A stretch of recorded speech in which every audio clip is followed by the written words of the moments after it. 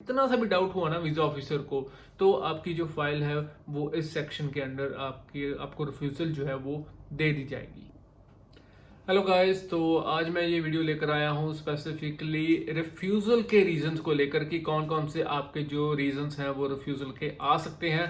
तो वीडियो को एंड तक देखना ताकि आपको कोई भी ऐसी प्रॉब्लम ना आए, आपको रिफ्यूजल ना फेस करनी पड़े। ओके, तो सबसे पहले मैं ज़्यादा टाइम ना वेस्ट करते हुए डायरेक्टली आपको रीजंस बता देता हूँ। ठीक है, लाइक ये ना कुछ होते हैं, फॉर एग्जांपल रूल्स हैं आईआरसीसी के, जिनके बिहाफ के ऊपर ही आपको रिफ्यूजल जो है वो दे दी जाती है। आमतौर पर जो सबसे बड़ी शिकायत आती है स्टूडेंट की वो यही है कि भाई हमें ना एक कॉमन से रीजन दे दिए गए हैं। ठीक है, लाइक ये जो कि आप यहाँ पर स्क्रीन के ऊपर देख सकते हो कि आप कनाडा से वापस ही नहीं जाओगे। ठीक है, तो एक बात मैं आपको बता दूं कि चाहे कोई भी एडिशनल रीजन हो या ना हो, आपको आपकी जो फाइल है वो यही रीजन के साथ रिफ्यूज की जाती है। ठीक है, ये रीजन तो आएगा ही आएगा कि आप कनाडा से आप वापस नहीं जाओगे।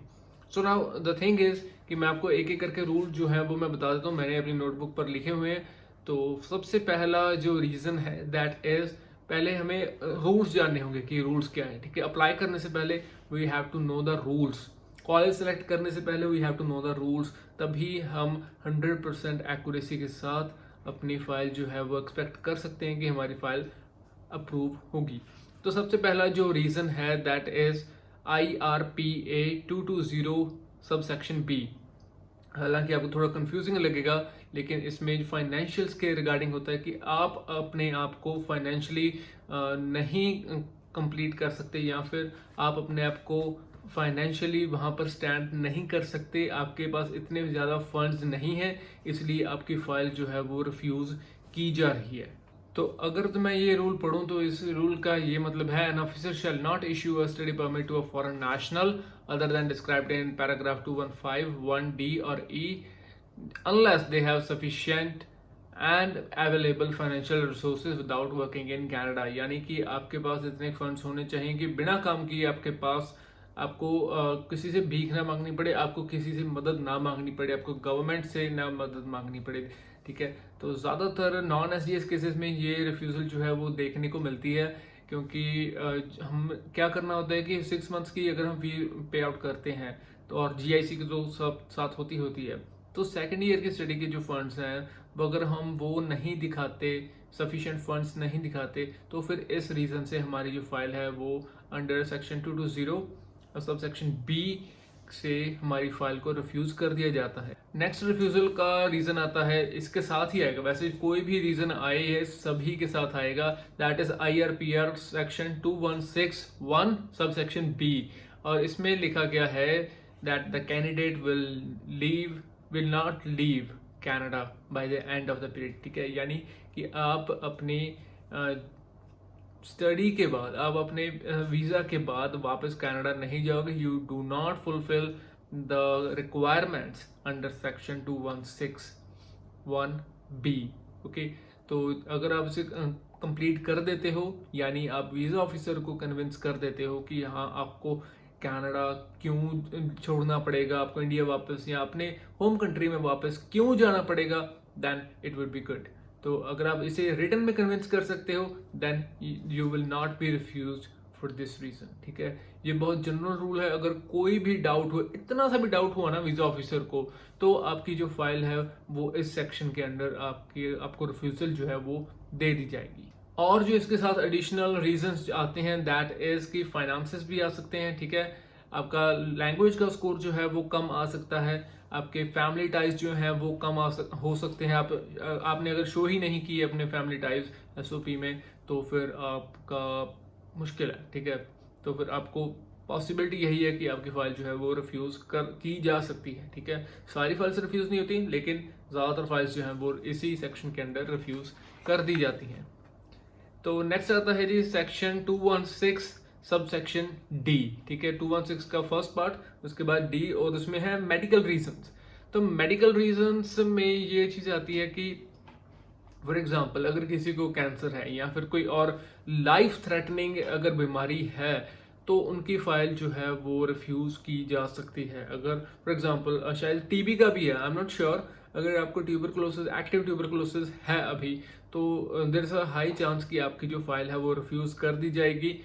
अभी जो सिचुएशन है, कई स्टूडेंट्स को एक फॉर्म जो है वो दिया जाता है अगर किसी भी कैंडिडेट के अंदर पहले से पैसिवली, यानी पैसिव टीबी था, पहले था टीबी, तो उन्हें उन्हें अंडर सुपरविजन रखा जाता है कनाडा एंटर करने के 30 डेज तक।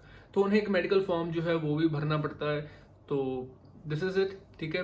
तो मेडिकल रीजंस की वजह से भी आपकी फाइल जो है रिफ्यूज हो सकती है। If you have cancer, if you have anything like that, या फिर कोई भी रीजन XYZ हो सकता है बॉडी में, ठीक है। हार्ट का साइज अगर छोटा हो, ठीक है, चाहे किसी भी कारण से हुआ हो, तो भी आपकी फाइल जो है वो रिफ्यूज की जा सकती है। 1-2 केसेस आए हैं मेरे पास, तो यही कारण था कि मेडिकल रीजन की वजह से उनकी फाइल जो है वो रिफ्यूज कर दी गई है। नेक्स्ट आता है IRPR section 2161 sub section E। ये आमतौर पर होता है कि अगर आपको किसी भी कॉलेज या किसी भी यूनिवर्सिटी में आपने एडमिशन ले लिया, लेकिन आपके एजेंट ने कहा कि हाँ जी आपको तो एडमिशन मिल गया, लेकिन कॉलेज के पास अगर आपका डाटा नहीं है ना, तो फिर आपकी फाइल इस सेक्शन के अंडर रिफ्यूज कर दी जाएगी। दूसरी कंडीशन जो कि मैंने अभी तक देखी है वो ये है कि कई बार क्या होता है कि यूनिवर्सिटी हमारा रिकॉर्ड जो है वो डिलीट कर देती है because we asked for the deferral, okay. तो जितने टाइम में वो एक डिपार्टमेंट से दूसरे डिपार्टमेंट तक फाइल्स भेजती हैं, और अगर in the mean time IRCC college से कॉन्टैक्ट करता है कि इस नाम का स्टूडेंट है या नहीं, और आपका डाटा जो ट्रांसफर हो रहा है ना अभी हुआ तो नहीं, तो उस केस में भी आपकी फाइल जो है वो रिफ्यूजल के चांसेस बनते हैं, क्योंकि आपका डाटा ही नहीं होता। हालांकि बहुत रेयर केसेस में ऐसा होता है, बहुत ही ज़्यादा रेयर केसेस में, बट स्टिल मेरे पास केसेस आए हैं, तो मैं आपके साथ शेयर कर रहा हूँ, ठीक है।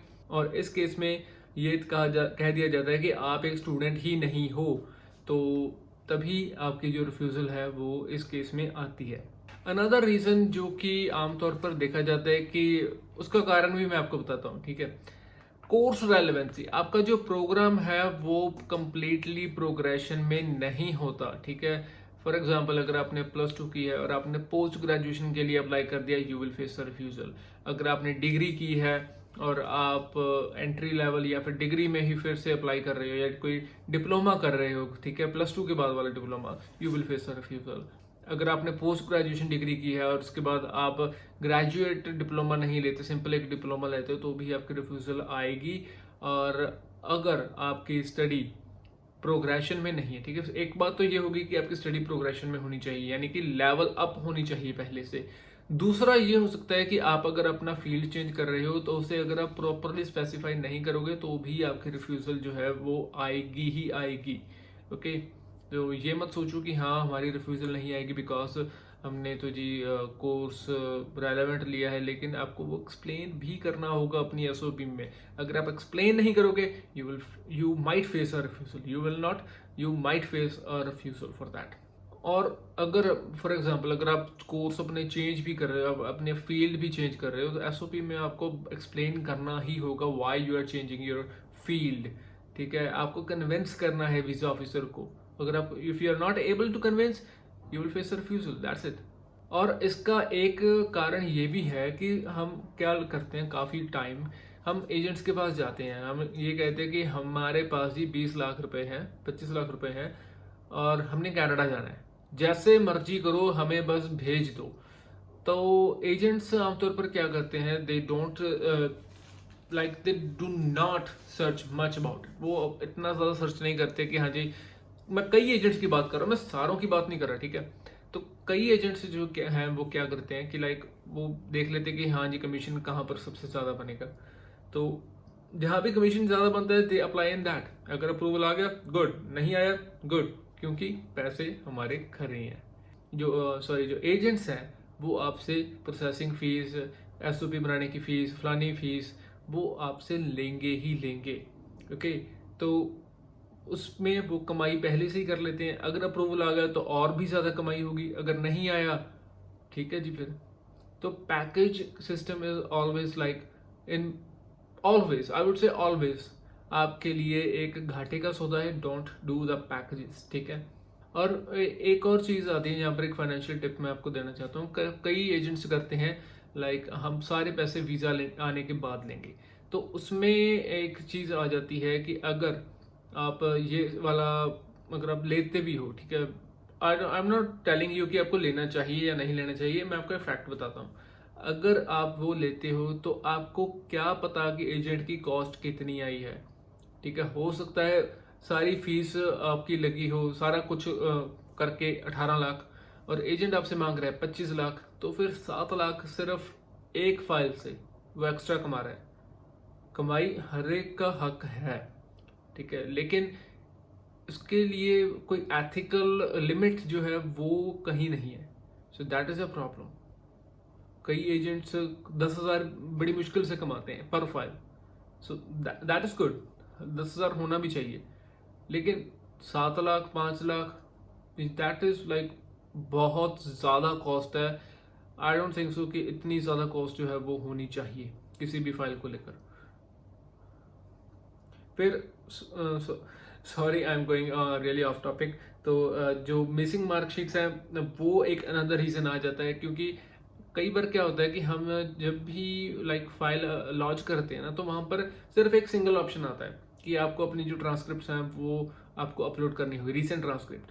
तो जब भी हम लाइक मल्टीपल ट्रांसक्रिप्ट होती है, जैसे ज़्यादातर ये ग्रेजुएट जो होते हैं उनमें ये दिक्कत आती है। For example I am a BTech, और जब मैंने अपनी फाइल लॉन्च की थी तो मेरी 8 डीएमसी थी, प्लस एक था मेरा कॉलेज का सर्टिफिकेट जो कि लाइक बीटेक की डिग्री होती है ना।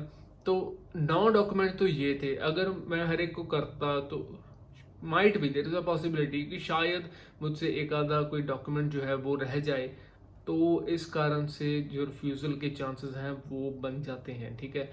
तो यही है, तो ये हैं सारे सारे मेन कारण। और अब आते हैं रेयर केस, जो रेयरेस्ट में से भी रेयर है।